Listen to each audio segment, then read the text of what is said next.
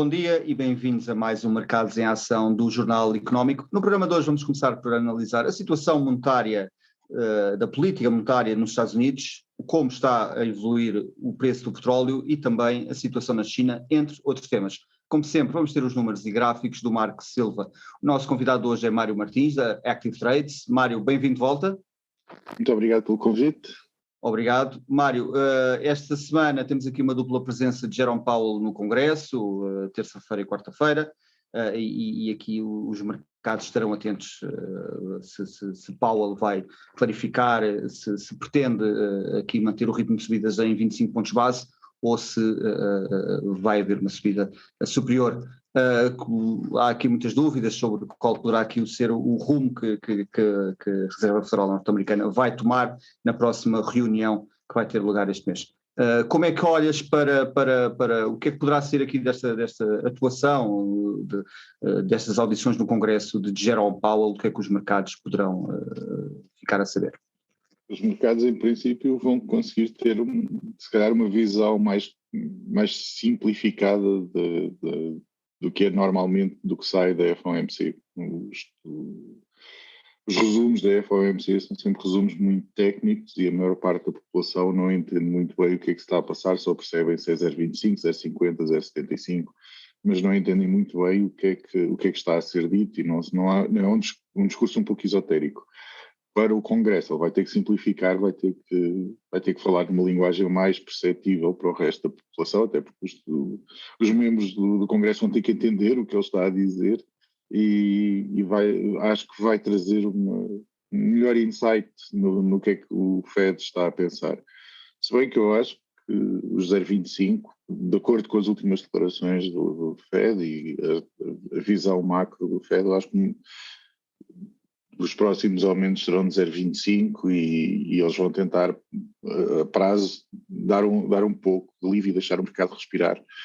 Embora o medo que houvesse de uma recessão não se tenha verificado, portanto, aparentemente ainda há espaço para eles poderem continuar a subir as taxas, mas eu acho que o Fed não vai querer arriscar assim tanto e vai tentar abrandar ou parar pelo menos durante uma ou duas reuniões, tentar não subir as taxas de juros. Não será ainda nesta ou na próxima, mas acredito que daqui na terceira ou na quarta eles tentem abrandar as subidas e deixar a economia respirar um pouco.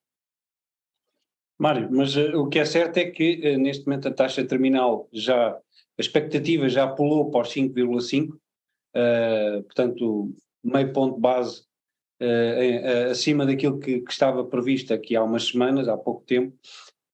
Como é que Jerome Powell vai explicar ou tentar explicar que as medidas ou seja, a agressividade do Banco Central aparentemente ainda não teve os efeitos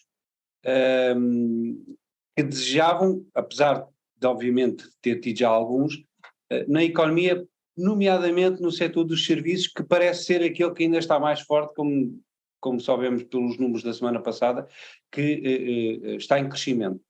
É assim, eu acho que o Powell vai ter pouco que explicar, porque o que era previsto e quando a taxa terminal estava prevista entre os 4,5% e os 5%, o que estava planeado era haver uma recessão pela subida rápida das taxas de juros.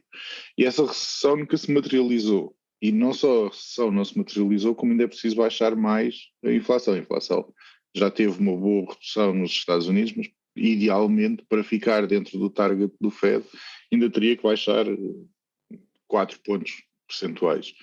Portanto, o não haver uma recessão dá uma grande margem de manobra ao Powell para, por um lado, poder transmitir que vai haver uma taxa de juros superior àquela que era esperada inicialmente, mas ajudado pelo facto de não estar a haver uma recessão e da economia continuar a acelerar.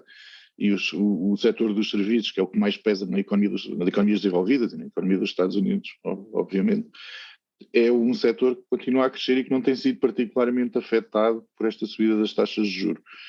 Portanto, nós tivemos nos últimos 10 anos um paradigma, nos últimos 15, um paradigma em que toda a gente pensava que a inflação tinha acabado, não haveria mais inflação, ninguém encontrava a inflação, toda a gente estava, quando houve uma injeção infinita de recursos na economia, toda a gente estava estupefacta pelo facto da inflação não ter acelerado como era esperado. Acelerou de uma forma espetacular após o Covid, mas agora temos uma procura de onde é que está a recessão que devia ter acontecido pela subida das taxas de juros e que não se materializou. Portanto, acho que o Powell vai ter o benefício de poder dizer que está a subir as taxas de juros, mas que até agora ainda não houve uma influência negativa na performance da economia pela subida das taxas de juros. Então tem uma margem de manobra relativamente grande para poder continuar a subi-las. Aqui, a presidente da FED de São Francisco, Mary Daly, disse este fim de semana que era necessário manter aqui o aperto da política monetária, haver aqui um maior aperto da política monetária por mais tempo. É este o caminho que a FED deverá seguir agora? Eu acho que sim, eu acho que até haver uma redução da inflação para dentro do que é o target do Fed e dos principais bancos centrais, e a tendência de fechar a mão e tentar fazer o mopping up melhor possível do excesso de liquidez do mercado, aumentar as taxas de juro, enquanto não houver uma recessão, acho que é o caminho que vai ser seguido. A função principal do Fed e dos bancos centrais é o controle da inflação.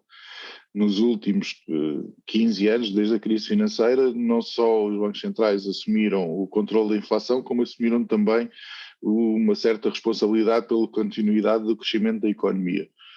A economia neste momento está a crescer e eu acho que a maior preocupação agora dos bancos centrais é voltarem à premissa que eles têm, que é de controle da inflação. E acho que a única forma que os bancos centrais neste momento têm de fazer isso é via aumento das taxas de juro e tentarem controlar ao máximo e tentarem fazer o máximo possível de mopping up do excesso de capital que existe no mercado nesta altura, que ainda existe. Mário, mas a questão é que nós estamos a caminhar por um sítio em que basicamente ainda não existem muitas explicações. Eu não consigo encontrar nos intervenientes no mercado, seja em que canal de mídia, seja em qualquer interveniente, uma justificação ainda plausível ou minimamente fundamentada para porque é que isto está a acontecer, no sentido de estamos com taxas muito agressivas, já, com perspectivas de serem ainda mais agressivas, com perspectivas de não baixarem este ano, e o que é certo é que quanto muito tivemos aqui um arrefecimento da componente industrial, mas que também tem altos e baixos. A componente de serviços começou a crescer de novo, o mercado laboral continua com pedidos de subsídio de desemprego muito baixos, tendo em conta os juros e as perspectivas que já deveriam ser neste momento. Os custos do emprego, apesar de terem diminuído de crescimento, continuam a aumentar. O que é que justifica isto? Será que e nós vamos falar isto um bocado mais à frente, tal como está a acontecer na Europa, tem sido a inflação ela própria o catalisador do crescimento económico, nomeadamente nas margens das empresas? Sim, mas acho que não só isso. Acho que as últimas vezes que nós tivemos uma subida acelerada das taxas de juros para o controle da inflação, havia uma componente industrial muito forte na economia. E a indústria é um setor de atividade económica que é muito capital intensive. Precisam de muito dinheiro para poderem trabalhar. E um aumento das taxas de juros limita muito o acesso ao dinheiro, limita a capacidade de produção industrial e a economia arrefecia de forma muito rápida.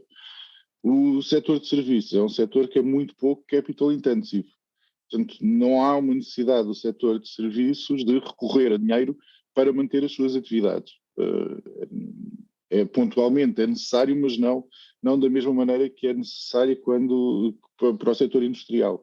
E hoje, nas economias desenvolvidas, europeias e Estados Unidos, 70%, 80% da economia é serviços. E como é serviços, pode subir muito a taxa de juros, que até isso se refletir em serviços, numa diminuição do setor dos serviços, é muito mais lenta do que acontecia há 30, 40 anos atrás no setor industrial, e quando havia uma subida muito rápida das taxas de juros, havia uma quebra da atividade económica muito mais rápida e muito mais sensível, mas sobretudo devido à necessidade intensa de capital por parte do setor industrial e produção, ao contrário do setor de serviços, que não é tão intensivo no consumo de capital para continuar a produzir.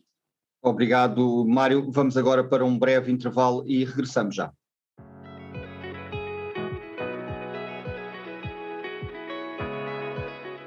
Bem-vindos de volta à segunda parte do Mercados em Ação. Vamos agora aos mapas e gráficos da semana com o Marco Silva, onde vamos ter em destaque o setor industrial e da saúde nos Estados Unidos. Vamos olhar também para o Brasil e para a China e para o euro-dólar, o Brent, o trigo e o S&P 500. Marco? Obrigado, André. A semana passada foi de recuperação em Wall Street, aliás, quase que anulou as perdas da semana passada, da semana anterior no S&P 500.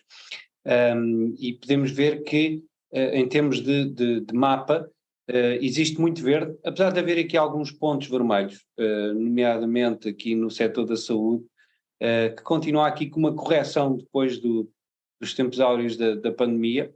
Também o setor defensivo, que tinha subido na semana anterior, corrigiu ligeiramente, os retalhistas e empresas ligadas ao consumo quase constante, independentemente do ciclo económico. E depois destaque aqui para também um comportamento positivo do setor industrial. As tecnológicas subiram, mas o setor industrial subiu e até subiu mais. E podemos ver que o setor industrial temos empresas como a General Electric, a Honeywell, e também o setor dos caminhos de ferro, Caterpillar, Deere. Portanto, são setores e são empresas muito importantes para aferir o que é que os investidores estão a pensar ou como é que está este setor, que é muito importante também, nomeadamente isto dos caminhos de ferro. Aliás, isso foi uma frase que Warren Buffett disse uma vez, e aliás por isso é que ele investiu numa empresa de caminhos de ferro aqui já há uns anos, que são sempre um indicador primário do pick-up, portanto, do acelerar da atividade económica. Portanto, porque, obviamente, quando existe mais atividade económica, também existe mais necessidade de transporte de mercadorias. Em relação ao resto do mundo, aqui o Brasil, com aval, com um comportamento positivo, também derivado ou à subida do preço do ouro, e o resto do Brasil com o vermelho a dominar. Na China, tivemos aqui mais uma semana de recuperação, com o setor tecnológico em destaque, JD.com, Baidu, por exemplo, e em relação aos setores e aos mercados, podemos ver que a China teve uma semana realmente de recuperação aqui, bastante mais vincada do que o resto do mundo. Aqui as mineiras, ou o setor do ouro, especificamente também. Estados Unidos subiram, mas não tanto como os mercados emergentes na sua totalidade e desenvolvidos também, e não tanto como a Europa. Portanto, a Europa ficou entre os Estados Unidos e a China. Em relação aos gráficos, começamos aqui pelo euro-dólar. O euro-dólar que continua aqui ainda debaixo desta linha laranja, mas a semana passada foi de recuperação. Aliás, o euro-dólar está muito interligado ou condiciona bastante neste momento os índices norte-americanos, e tem esta linha laranja como resistência primária, que neste momento está nos 1.9. Mas ainda semanalmente, ainda é cedo para haver aqui uma subida substancial do euro-dólar, porque o indicador técnico ainda está a arrefecer. Portanto, é normal, isto é uma coisa, é um indicador que tem um lag, portanto demora algum tempo a virar, e portanto é normal que ainda não exista aqui uma aceleração muito significativa do euro-dólar, mas obviamente que isto está tudo dependente de eventos específicos que podem sair, por exemplo, das declarações de Jerome Powell esta semana no Congresso. Em relação ao Brent, continua aqui a lateralizar, mas com possibilidade de continuar a testar esta linha verde. De novo, realça a importância de estar atento a esta linha verde, porque caso quebre, então poderemos ter aqui um retest dos 100, 110 dólares, caso não consiga quebrar. Então poderemos ter aqui o Brent a começar a aliviar para valores médios similares aos da pré-pandemia, entre os 40, 60, 70 dólares. O trigo que neste momento já está, como podem ver, são gráficos semanais, e aqui o início desta linha verde é 9 de janeiro de 2022, portanto pré-guerra na Ucrânia, portanto está abaixo, e já há algum tempo que está abaixo ou ao nível desses valores, portanto, e não tem aqui grandes perspectivas de subida para já. E podemos ver que já está a um nível que, por exemplo, até antes da anexação da Crimeia, tinha estado a um nível superior. Portanto, o trigo não é para já, por si só, uma fonte de inflação na economia. Por fim, o S&P 500, que eu referi a semana passada, estar atento a esta linha branca, e o que é certo é que o principal índice acionista veio à linha branca, conseguiu aguentar e fechou bem acima dela. Portanto, mas está aqui ainda numa altura de definição. É importante perceber se vai conseguir aguentar ou não. O indicador ainda está virado para baixo, ainda pode haver aqui quedas ou não, mas isto vai decidir, muito provavelmente, esta luta que está a acontecer os próximos meses no S&P 500, se vamos ter novos mínimos ou não. E é tudo para esta semana, André. Obrigado, Marco. Mário, olhando aqui precisamente para o preço do petróleo, o Goldman Sachs divulgou recentemente aqui um research a dar conta que os preços do petróleo estão abaixo face aos inventários atuais, e também face aqui ao maior crescimento da China, esperando que só venham, comecem a aumentar ainda este mês, mas que atinjam $100 por barril só no final do ano, em dezembro. Atualmente está a cerca dos $85 o preço do Brent. Como é que olhas aqui para a evolução do preço do petróleo? Ainda se vai manter aqui relativamente estável por algum tempo? Só vai atingir este valor no final do ano? O que é que esperas aqui que o mercado reaja nos próximos meses? Por um lado, há um maior escoamento da produção de petróleo da Rússia. A Rússia completou um gasoduto para a China, aumentou grandemente as exportações de petróleo que antes iam para a Europa. Eles conseguiram, neste momento, direcioná-las para a Índia e para a China, embora, como os dois países sabem que existe um cap no preço que eles podem vender para a Europa, acabam por comprar com um forte desconto e depois revendê-lo ao preço de mercado. Portanto, isto aqui enquanto a Rússia conseguir manter a produção, e vai tentar escoar o máximo possível, até porque precisa desesperadamente de dinheiro. Portanto, há aqui uma forte contenção do preço, pelo motivo da Rússia não conseguir vender nem à China nem à Índia por um preço muito superior ao cap que lhe foi imposto pela União Europeia.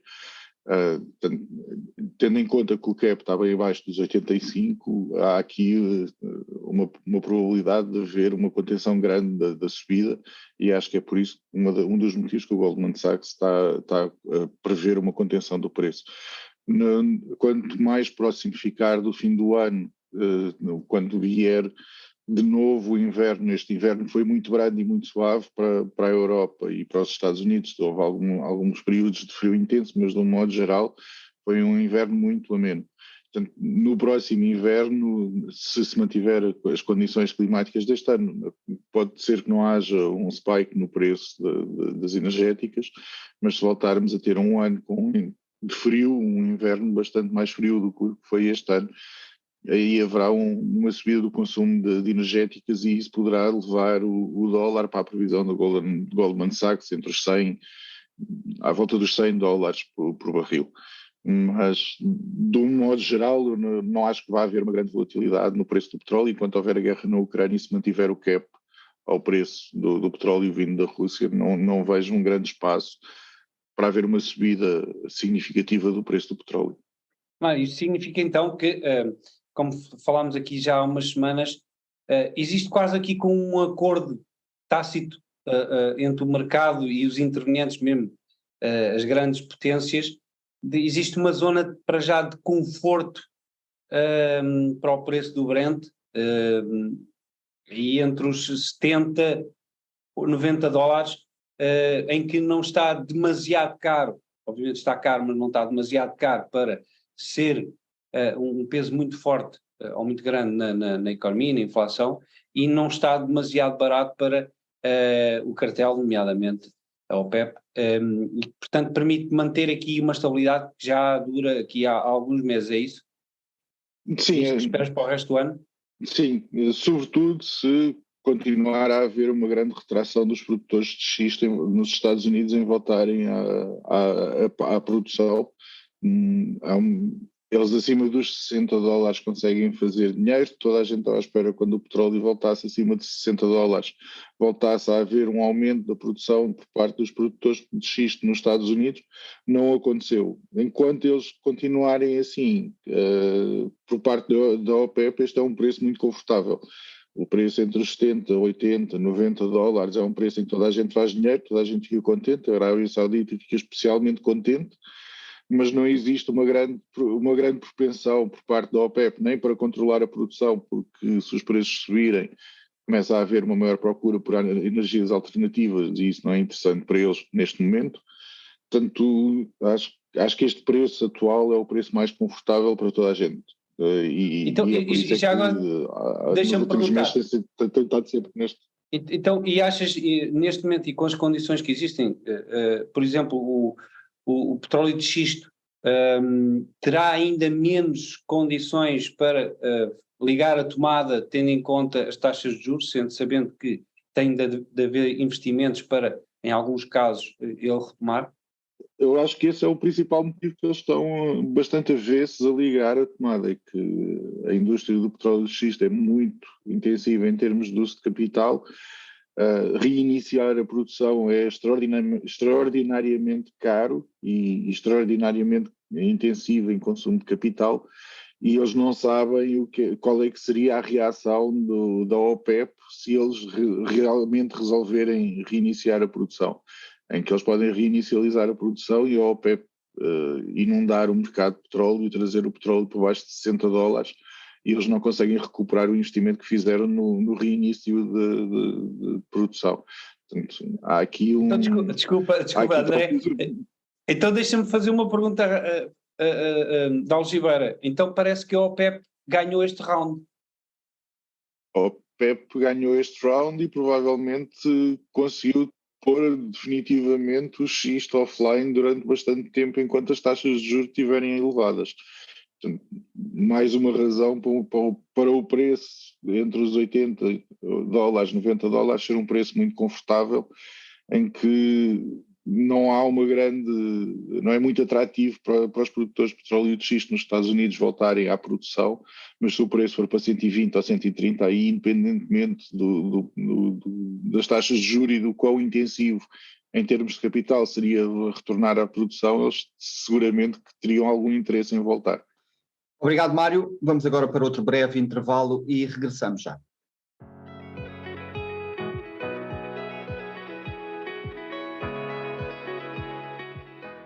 Bem-vindos de volta à terceira e última parte do Mercados em Ação. Como sempre, vamos começar com o número da semana, que refere-se à previsão do governo chinês para o crescimento da economia este ano, são 5%. Esta meta foi revelada este fim de semana durante as duas sessões, um encontro anual que se realiza na China, e esta estimativa fica abaixo do estimado pelos economistas, 5,3%, portanto o governo chinês aqui um pouco mais pessimista para o desempenho da sua economia. Para este ano, Pequim também espera a criação de cerca de 12 milhões de novos postos de trabalho, a taxa de desemprego deverá ficar nos 5,5% e a inflação deverá ficar nos 3%. É de destacar que também aqui o governo chinês está aqui a apontar para que a descarbonização da economia é o rumo a seguir por Pequim ou pela economia chinesa nos próximos anos. Portanto, vamos aqui continuar a acompanhar o desenvolvimento da China nos próximos tempos. Marco, agora a personalidade da semana, o que é que tens para nós? Esta semana não poderia deixar de ser Jerome Powell, como referiste no início. Terá uma intervenção quase certamente decisiva para o comportamento dos mercados capitais no mundo inteiro. pelo que ele irá dizer e, como referiu o Mário, pela forma como ele irá dizer, porque neste momento os investidores já aceitaram um pouco os 5,5 de taxa de juros máxima, mas eu acho que ainda não se consciencializaram nas consequências que isso terá e durante quanto tempo é que isso irá manter. Portanto, e há uma coisa que tem sido importante, que é que todos os membros que eu tenho ouvido têm feito fincapé nos 2% de inflação, que é algo que já se falava, que poderia ser alterado. Esse poderá ser um ponto também muito importante. E não sair daí ou seja, não sair da política restritiva enquanto isso não acontecer. Portanto, será muito importante estes 2 dias de audição. Obrigado, Marco. Mário, olhando aqui para a China, o governo chinês um pouco mais pessimista face ao consenso, os economistas avançam aqui que o governo poderá estar a ser cauteloso depois de em 2022 ter falhado as previsões de crescimento, ou que, por outro lado, está a refletir nas previsões o facto de não querer implementar políticas amigáveis ao crescimento económico. Como é que olhas aqui para a situação na China e para o desempenho este ano? A situação na China pode se tornar verdadeiramente explosiva.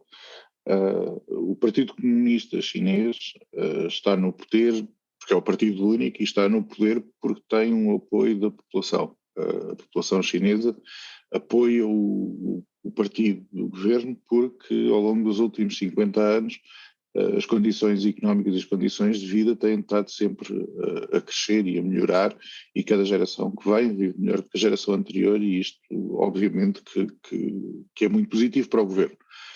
Esta geração que está agora e que vai entrar agora no mercado de trabalho é previsivelmente a primeira geração que vai ter uma quebra de qualidade de vida em relação à geração anterior. E isto é uma novidade para a China desde a Revolução Cultural. Portanto, é a primeira vez desde o período da Revolução Cultural que vai haver uma quebra efetiva da qualidade de vida de uma geração para a geração seguinte. O Xi Jinping tem noção disso e está a tentar, julgo eu, da forma que pode, suavizar o máximo possível essa diminuição da qualidade de vida, sem que haja, por parte da população, uma vontade de colocar em causa o governo, o partido do governo.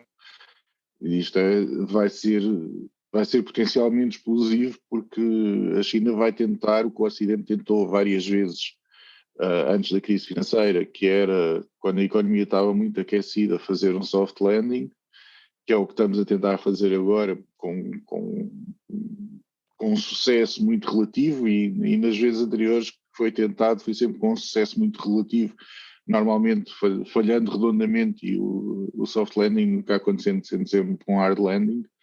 E o Xi Jinping acho que está a tentar ver se consegue ele fazer um soft landing da economia chinesa e tentar que o arrefecimento económico não seja tão mau quanto isso.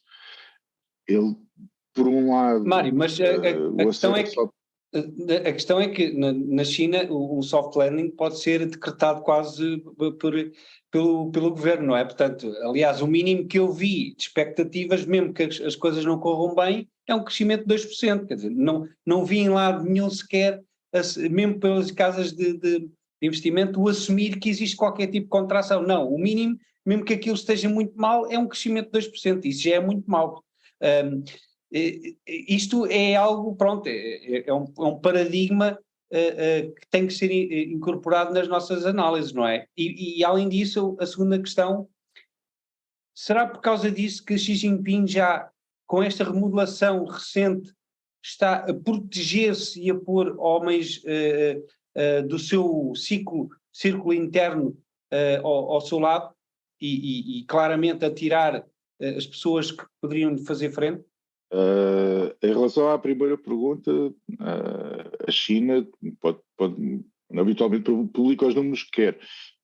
Quando a China estava no início dos anos 2000 com um crescimento absolutamente estrondoso, e os planos quinquenais estavam a ser com projeções de 10% e 11%, quando o governo central recolhia todas as previsões das províncias e decretava o crescimento oficial da economia, o crescimento oficial da economia chinesa era sempre inferior àquilo que era reportado por todas as províncias. Portanto, o governo chinês sabia que tinha que dar uma margem para baixo do que as províncias estavam a reportar e corrigiam ligeiramente para baixo para os números não serem completamente absurdos. Mas o que é o facto é que, independentemente das províncias todas sempre alcançarem os objetivos que lhes são propostos pelo governo central, isto é uma coisa fantástica, nunca há uma falha, que corre sempre tudo muito bem, mas toda a gente põe um grande grão de sal nos números que são publicados pela China. Mas uma coisa é trabalhar os números e mostrar que sim, estamos a corresponder ao objetivo e a economia efetivamente estar a crescer e a população sentir esses benefícios. Portanto, para a população é indiferente ser 5, 6, 7 ou 8, desde que haja uma melhoria das condições de vida, pode-se trabalhar os números como se quiser. Agora, se em todas as previsões de crescimento é de 1, 2, 3, 4, 5%, mas houver uma efetiva quebra da economia e as pessoas sentirem isso, também é indiferente qual é que é o número que está a ser publicado. Portanto, e aqui é que eu acho que é a maior preocupação do Xi Jinping, é que as pessoas sintam isso o menos possível e não sei se ele vai conseguir, os desafios são grandes e perigosos. Em relação a ele rodear-se de pessoas de confiança, ele já fez isso, aliás, ele já está a fazer isso ao longo dos últimos 10 anos. Portanto, houve um grande crackdown por parte do Xi Jinping em relação à corrupção e quando ele fez isso, ele aproveitou para tirar do caminho todos aqueles que eventualmente lhe pudessem fazer frente ou que tivessem algum tipo de aspirações políticas que pusessem a posição dele em causa.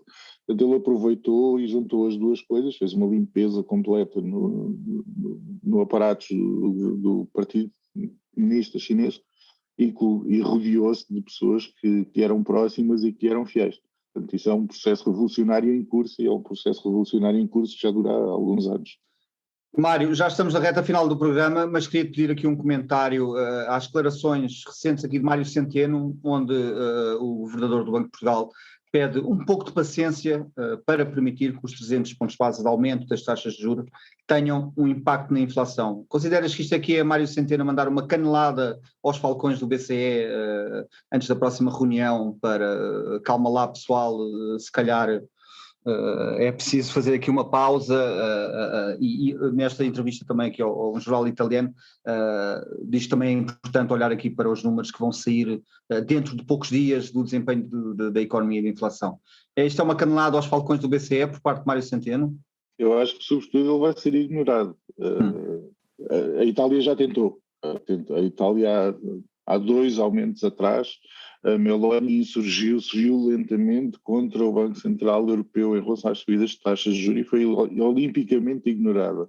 Portanto, se o BCE ignorou de forma olímpica a Itália, eu acho que em relação ao Mário Centeno há uma expressão portuguesa que vozes de burro não chegam ao céu e eu acho que não vão chegar a lado nenhum, porque os alemães estão muitíssimo mais preocupados em controlar a inflação e sobretudo na Europa de Leste o aumento da inflação é verdadeiramente assustador e é preciso fazer alguma coisa. Portanto, Mário Centeno pode ter muita vontade que as taxas de juros para Portugal ou achar que as taxas de juros para Portugal já estão boas. Não sei se estão.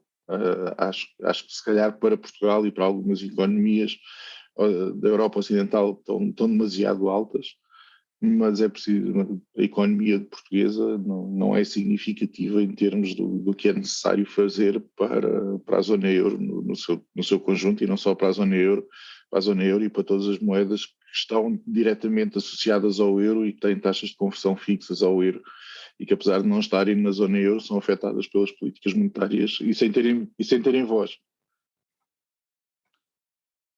Obrigado, Mário.